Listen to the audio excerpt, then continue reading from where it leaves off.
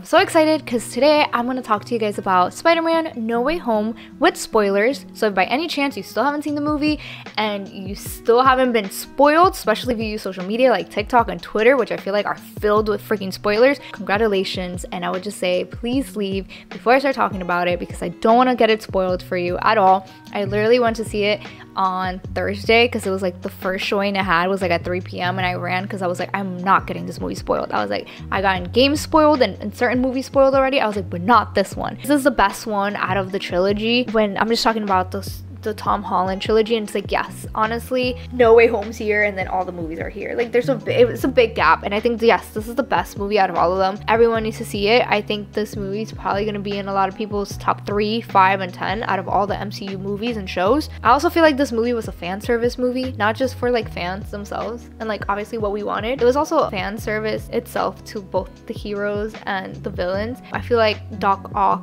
getting that redemption was very bittersweet because I feel like I always wanted to see that somehow in Spider-Man movies. Like I said, I refused to be like, yeah, he's dead. So it was really great to kind of see him get that redemption at the end, just like be like, hey, you know, like the tentacles are not controlling me no more, I'm controlling them. And even Sandman too, like just him going back to normal, it was very nice. I feel like Electro too, I love that Electro scene too, and he's just like, you know, like no one cared about me, blah blah blah, blah. And then I love the nod to like Miles Morales when he was just like, you know, there has to be a black Spider-Man somewhere. He's just like, yeah, you know, like yeah, with Andrew Garfield. Like I love that, but I don't know, I just felt like that was like a service to them. Andrew Garfield as well, my man didn't even get the trilogy, you know. I feel like this was like a fan service to anyone who wanted like a third film. I feel like this kind of feels like it is the third film for him, and it's just like anyone who wanted to see Tobey Maguire come back as Spider, like I'm telling you, this is just like a fan service overall for the fans, heroes, and villains.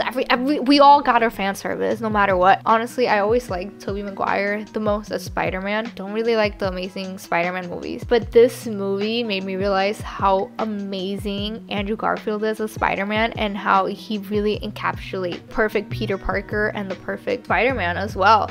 And like the age as well, even the age that he has now, like is beautiful. I think out of all of them three, like I think Tom Holland did the best job here. Like it actually feels like he's Spider-Man for once. It feels like this is a Spider-Man Peter Parker movie. I feel like I think that was always my issue with the other Spider-Mans. I feel like with Homecoming, it just felt like Tony Stark was too much in it, and the Avengers, and I don't know, like I feel like we got more of what needed to be done in the other films in this one. So I really enjoyed that. I think Tom Holland did a great job, but for sure Andrew Garfield I think blew my mind away. And like if there was a petition or something, you know, someone started it, I would definitely sign it for a third Amazing Spider-Man, honestly, after seeing that. I feel like this is the biggest question of all.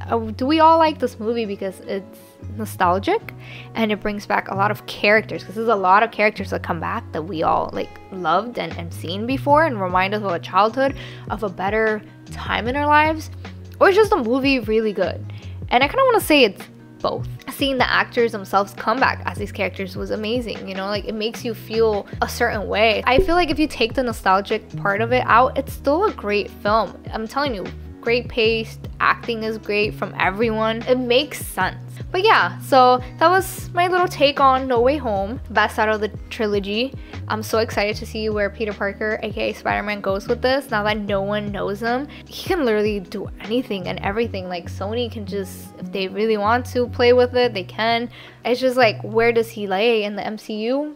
Who knows? And I'm actually very happy. I like that he's basically rogue now. No one knows he's Peter Parker, so he can still, I feel like, help the Avengers or help anyone. They just won't know who he is, and I feel like that's okay, you know. Like I like Spider-Man like this, and I'm so excited to see how Tom Holland becomes more of a Spider-Man. So yeah guys, that was my little review and little speech and talk about Spider-Man No Way Home. I really did enjoy this movie, and I hope you guys enjoyed it too. I feel like everyone did. Like I said, I'm telling you, I've never felt that much fun and embrace and happiness in a movie theater like freaking watching this movie. And honestly, I would be so excited to watch it again. Are you guys excited to see more of Tom Holland? Do you guys want to see more of Andrew and Tobey? And honestly, I feel like at this point this movie kind of was like Spider-Man 3, Spider-Man 4 for Tobey and Andrew, but maybe Sony will be like, you know what? Let's bring Andrew Garfield back and finish that trilogy, because that'll be great. Honestly, I would not be sad about that. I would definitely go watch it for sure. I think that one I would be definitely excited for out of the Amazing Spider-Man movies. But yeah, let me know what you guys thought. Thank you guys so much for hearing my little speech and my little spiel. And I hope you guys have a wonderful day and take care. Bye guys.